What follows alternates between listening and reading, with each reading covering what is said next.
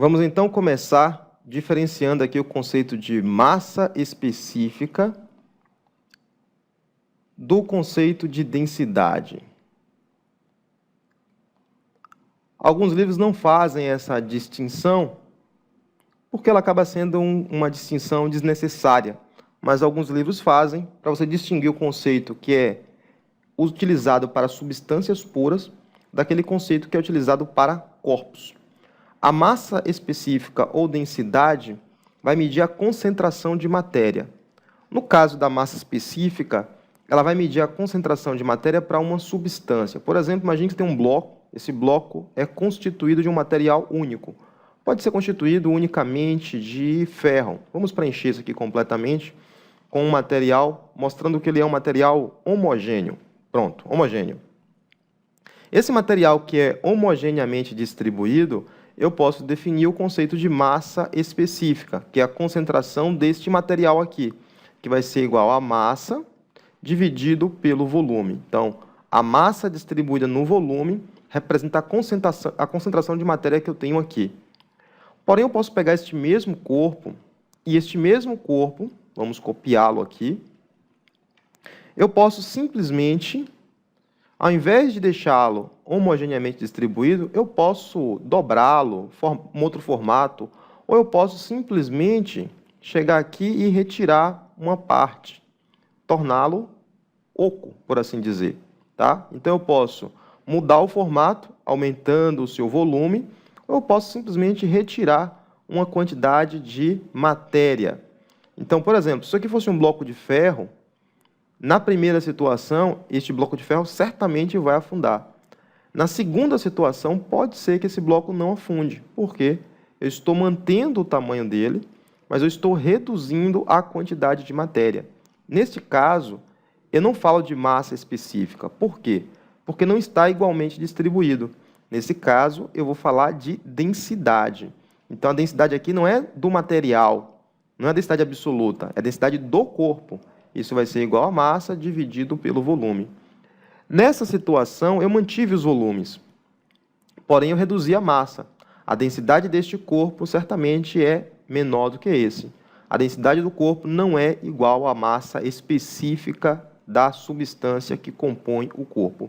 Para isso, preciso retirar todo o espaço que poderia estar contido nessa substância para obter a sua massa específica. Então, matematicamente, parece idêntico, a diferença é, um é para corpo homogêneo, o outro não, ok? No sistema internacional, isso tem que ter unidade de medida. Este M vai ser a massa, e conforme nós já sabemos, a massa tem que ser medida em quilogramas. Este V vai ser o volume, e volume tem que ser medido em metros cúbicos. Consequentemente, o μ, que é a densidade absoluta ou massa específica, representada pela letra grega μ, aqui eu vou escrever como massa específica, mas quase sempre eu vou estar me referindo a isso como densidade, tá? Específica. Vai ser medida em quilogramas por metro cúbico, valendo tanto faz se eu uso μ ou se eu uso d. Uma observação aqui é a seguinte, tem livros que ao invés de utilizar a letra grega μ, utiliza a letra grega ρ para representar a densidade ou massa específica. Aí tanto faz. Aí é questão de notação. O que vai levar você a concluir se é massa específica ou não é quando você olha para a unidade e vê quilograma por metro cúbico. Bom, está falando de massa específica, ok? Espero que tenha ficado claro. No sistema internacional, a unidade vai ser medida em quilogramas por metro cúbico. Porém, existem outras unidades que são comuns. As outras unidades que são comuns são, a mais comum, o grama por centímetro cúbico, essa é a mais comum de todas, e pode também aparecer em quilogramas por litro. No caso de gramas para centímetro cúbico, você precisa, de forma imediata, olhar e já saber como é que você faz a transformação. 1 grama por centímetro cúbico equivale a quantos quilogramas por metro cúbico? É fácil mostrar que 1 grama por centímetro cúbico é igual a 1000 quilogramas por metro cúbico. Normalmente, quando eu apresento isso na sala de aula regular, o aluno estranha. Mas como assim? 1 grama por centímetro cúbico é 1.000 quilogramas por metro cúbico. Observe que aqui eu não estou transformando de grama para quilograma somente. Não é uma transformação somente de massas. É uma transformação de massa, mas também é uma transformação entre os volumes. E você não pode perder de vista quando acontece esse tipo de transformação, que são 2 unidades sendo convertidas simultaneamente. Não olhe somente para, aqui tem 1 grama.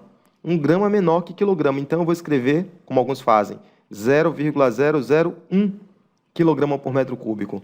Se você fizer isso, você converteu a parte de cima, mas você não fez a conversão na parte de baixo. Consequentemente, isso aqui está errado. Isso aqui é muito comum os alunos fazerem, eu sempre chamo atenção. Então, como é que você tem que fazer a transformação para você observar a forma correta de fazer?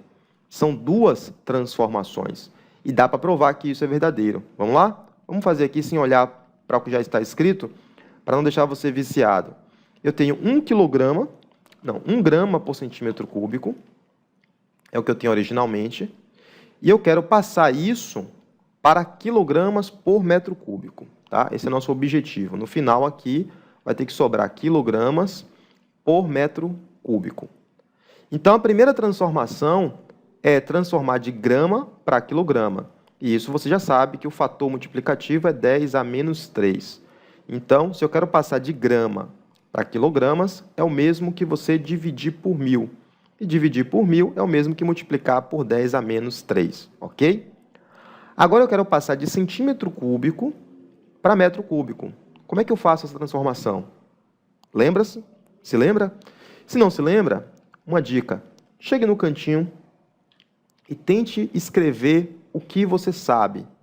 Você sabe que 1 metro é igual a 100 centímetros. Ah, Paulo, mas isso aí é só o metro normal. Beleza. Você sabe o metro normal? Você sabe o quadrado e sabe também o cúbico. Como assim?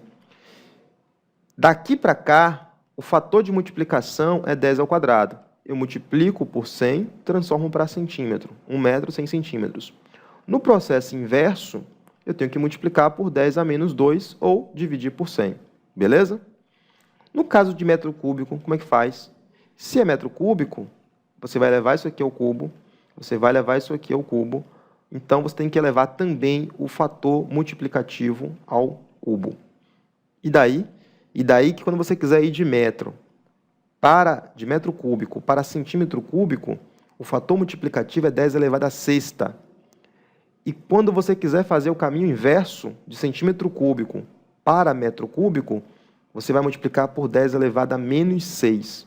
Então, aqui, o que você deve colocar é 10 elevado a menos 6. Observou? Então, aqui eu preciso dividir por 1.000, mas aqui embaixo eu preciso dividir por 1.000.000. Então, como são 2 fatores multiplicativos potências de 10, vamos agora, então, fazer esta operação. Vai ficar, então, que 1 grama por centímetro cúbico é igual a divisão de potências de mesma base. Eu conservo a base e subtraio os expoentes. Menos 3 menos menos 6, que vai dar igual a mais 3. Menos 3 menos menos 6 fica menos 3 mais 6, que vai dar 3 positivo. Então, aqui vai dar simplesmente 10 elevado ao cubo. Qual a unidade? Quilogramas por metro cúbico.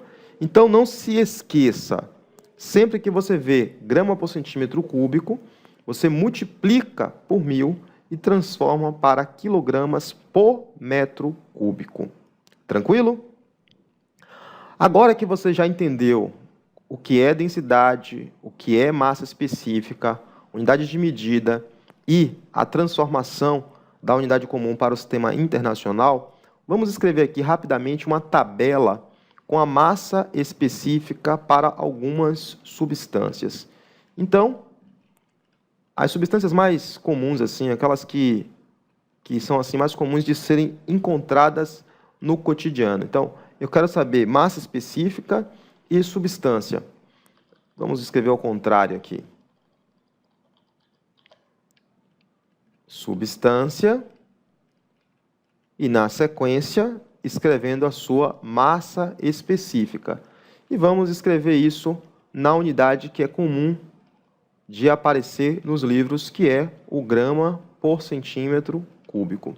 Vamos começar com a água, né? A substância mais abundante no planeta. A água tem uma massa específica de 1 grama por centímetro cúbico. Isso, inclusive, é uma consequência da definição de massa e da definição de volume. O gelo apenas mudou o estado físico da água. É a mesma substância, mas a massa específica do gelo é de 0,92, indicando que o gelo é menos denso, né? É menos concentrado em termos de matéria do que a água. Por esta razão, você coloca o gelo na água e o gelo flutua. Isso é uma consequência, no processo de mudança de fase, de quando a água passa para o estado sólido, ocorre um aumento no volume. E isso nós vamos discutir na nossa aula de termologia, quando nós falarmos de mudanças de fase. A outra substância que a gente pode citar aqui, um metal abundante na cozinha de vocês, que é o alumínio. O alumínio tem uma massa específica de 2,7 gramas por centímetro cúbico.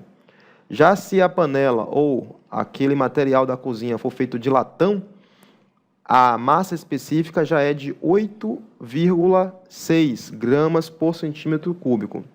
Se você for rico e tiver alguma coisa de cobre na sua cozinha ou na sua casa, essa densidade é de 8,9 gramas por centímetro cúbico. Se já for o ferro, já é 7,8.